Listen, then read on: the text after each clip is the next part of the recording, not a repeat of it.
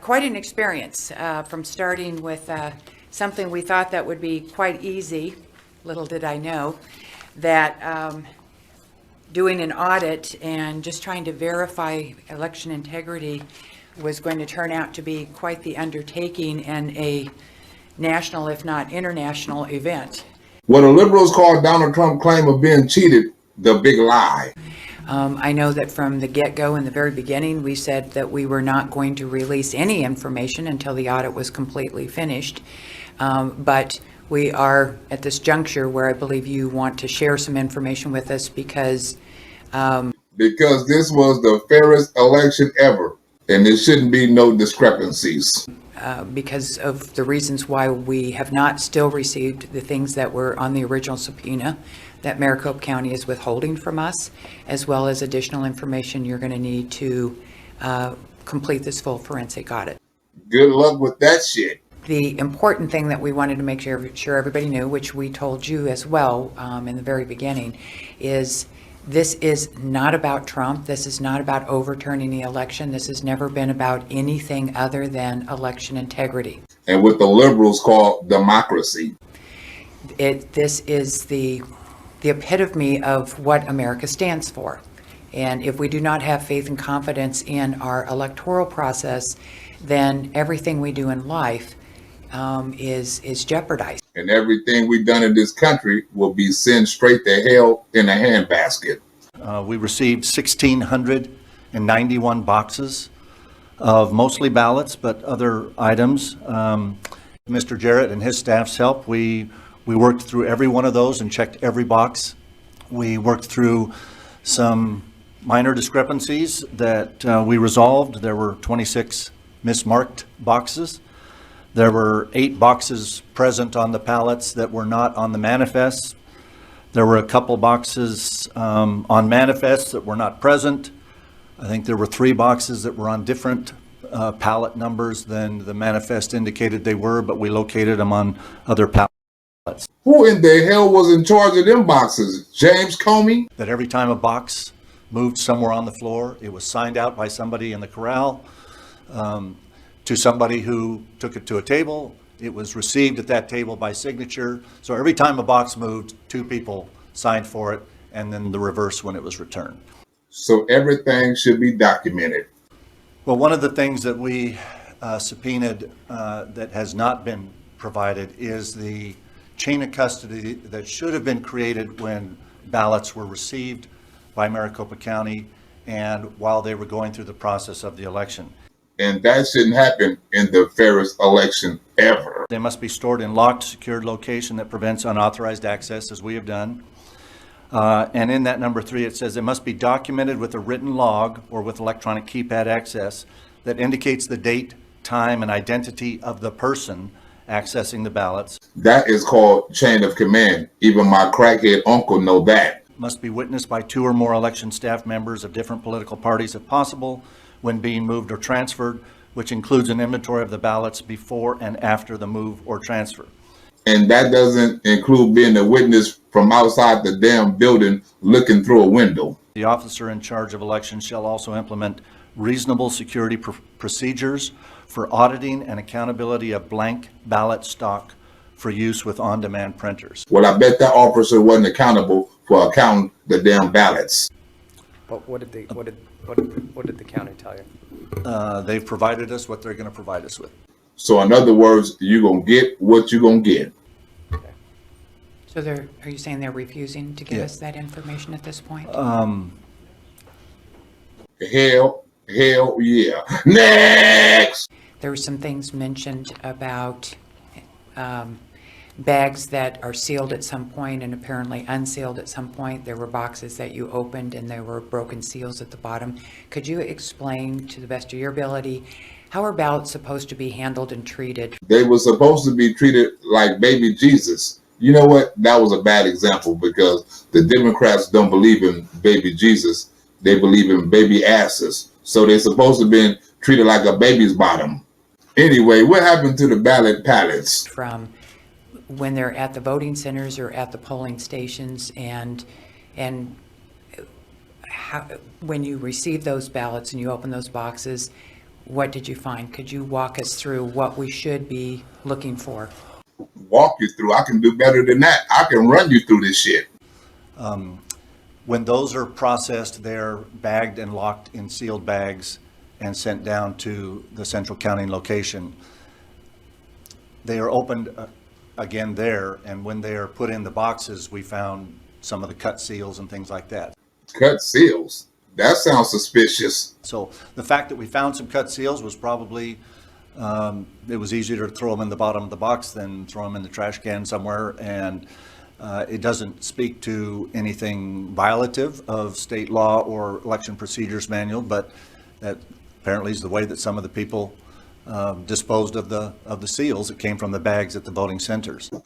So there's nothing to see here. Everything is fair and on the up and up.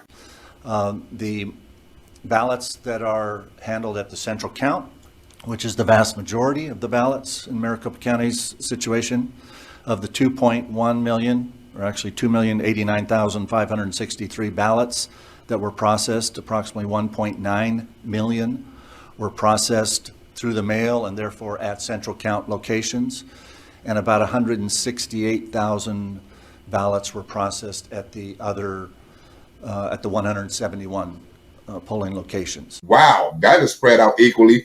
That's like 100 per polling ballot station. Anyway, what about the duplicate ballots?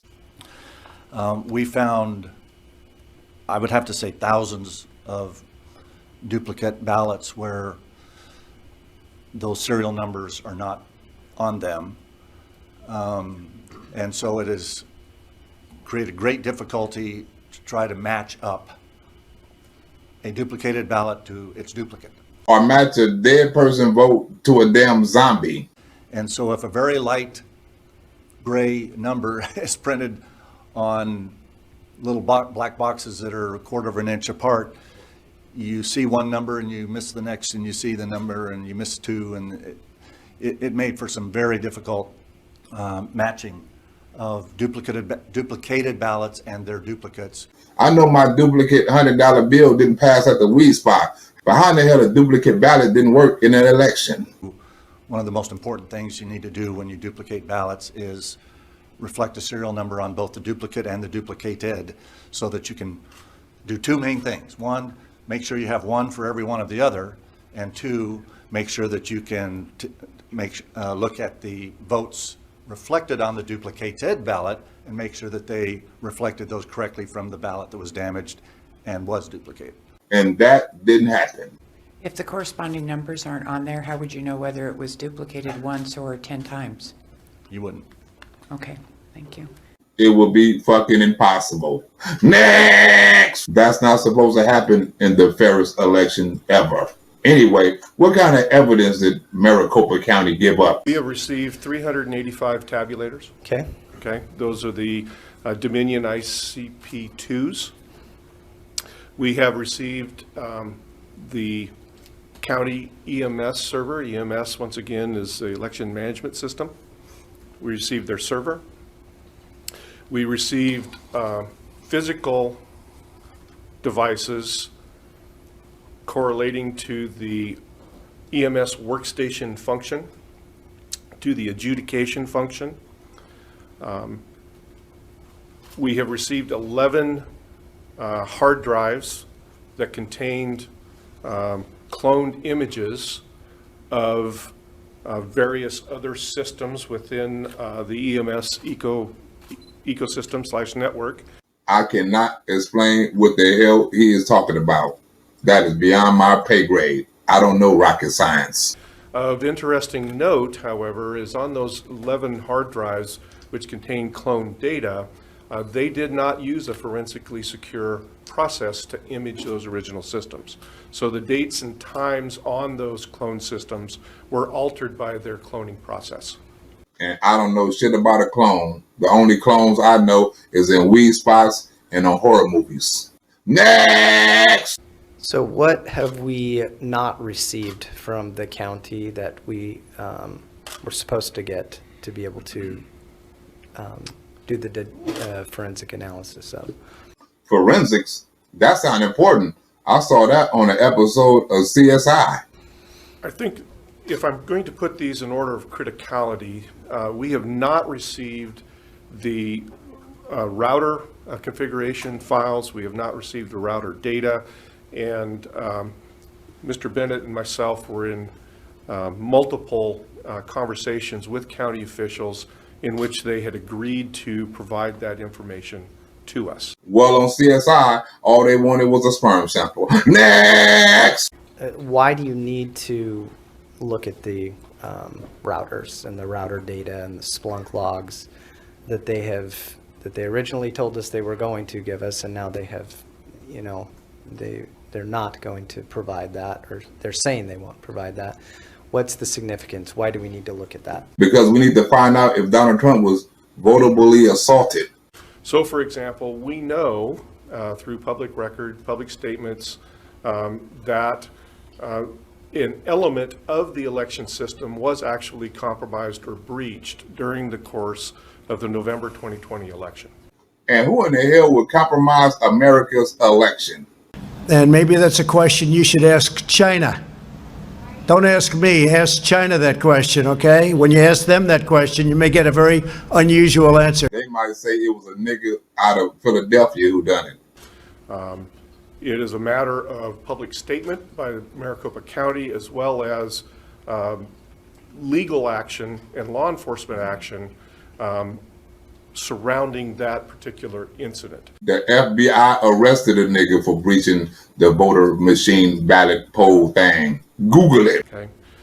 The last time that the antivirus was updated on these systems was the date that the Dominion software was installed on the systems.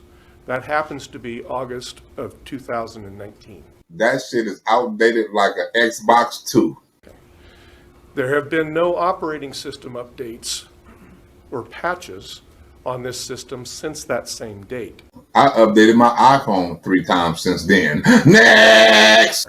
Now, they've brought up security concerns. Are these, do you believe these are valid concerns that they've brought up from sharing the router traffic or router reports? Yeah, is it dangerous to share routing reports?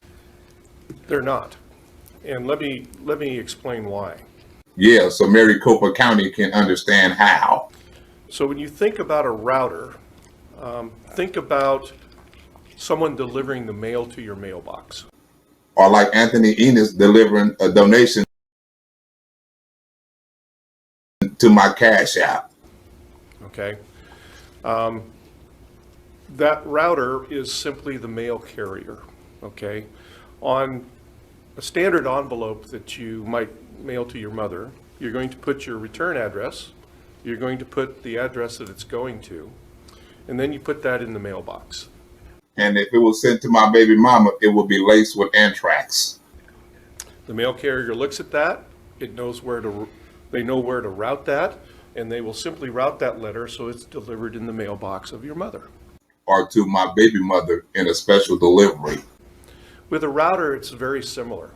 For each packet of data that you have an address to where it's going to, you have an address of where it came from, so that any response can come right back to that system. But what you don't have is the actual content or the letter that's contained in the envelope within the router itself. Well, hopefully she gets the anthrax in the letter herself. Next! The one thing that stuck in my mind, I just heard you say that there is not a valid security concern there, but just hypothetically, if for some reason they think that there's a security concern, my question is why would they be using the same router as our election systems, as other, if there's even a small remote possibility that they think that somebody could be jeopardized? Why are we sharing routers with other agencies? Why don't they have their own personal secure router? That is a damn good question. From a public response standpoint, Maricopa County officials have repeatedly stated that the election system was a closed system. It did not touch the internet, and therefore, it could not have commingled with the data from the Sheriff's Department or the Maricopa County other office space. Meaning the most uncorrupt election ever was more corrupt than they told us. The fact that they have responded back to an official subpoena with the justification that to produce that data would compromise these other aspects of the Maricopa County network that does touch the internet is an admission that maybe things aren't like what they've told the American public. And in my baby mama apparent reality, she needs to shave her monkey hair off her damn back. We found specifically in March, and I believe it was March 11th, there were 37,646 queries for a blank password on a system that only contained 8 accounts. Where in the hell did all these queries come from? So just to be clear on this, were there 37,000 logins on one day? Is that what you're saying? How would you So identify this? I'm getting confused with all these queries and logging in. It kind of sounds like gay sex. when you're doing a security check on a system, it's very common for you to look for passwords that have a null password or a blank password, right? And so you can query the device itself to let you know whether or not there are any accounts that have a blank password on them. So it's a query? I'm just looking for what you're calling this. It's a 37,000. query. So we can understand. So there's 37,000 queries. Yes. And they were done on this one day. And the reason we need the Splunk logs is because those 37,000 queries churned the data so that you can only look back to February 5th, or what was the date? February 5th. February 5th. That is correct. And obviously, we need to go back to the election. Correct. We need to be looking at the election day, prior to the election day, looking at access. So we don't have that, what we were given, we don't have that, that window, which is the critical window we need to look at. That is correct. Which is the windows with all the queries in it. I would suggest that at this point, based on the evidence that has been provided to me, that the Maricopa County officials do not have the ability to independently verify the configurations of their systems without using Dominion employees. So in other words, Maricopa County can't say shit about a fair election. Anyway, didn't they do their own audit? And so they did these two audits. One was Pro BMV, one was SLI, thank you. Those two. If they had done the audit, as Senator Peterson said, why did they not come up with this information and report it as well?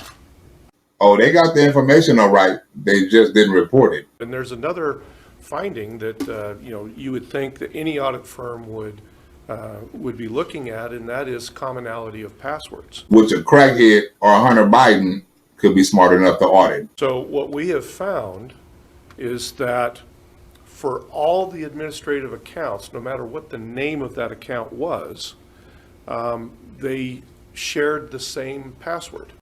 And many people shared that same password too. I wonder how many people had access to that password. And maybe that's a question you should ask China. Don't ask me, ask China that question, okay? When you ask them that question, you may get a very unusual answer. They might say, as Hunter Biden. Okay. Now, that password appears to have been established at the same time that the Dominion software was installed on these systems, which August of 2019, and does not appear to have been changed during that entire time period. So damn, you know how many people could have bought or hacked that password? I bet you Hunter Biden sold a couple of passwords to Russia. Next! Anyway, what in the hell is the difference between a duplicate and an original ballot? You'll notice that the first few ones are actually correct. But then you get down to MC 171634, which is about halfway down. You notice that its naming convention is as if it is an original, but it is actually a duplicate. I get original donations from Beth Roberts look like a duplicate. Next! Now, if you look carefully at that top image, you'll actually notice that it's a little bit offset. Based on standards, that's actually the maximum it's supposed to be offset for a ballot to be viewed as valid and processed, so there aren't any issues with it. So what's the problem? If you take a look at that image down at the bottom, you'll notice that it's 1900%.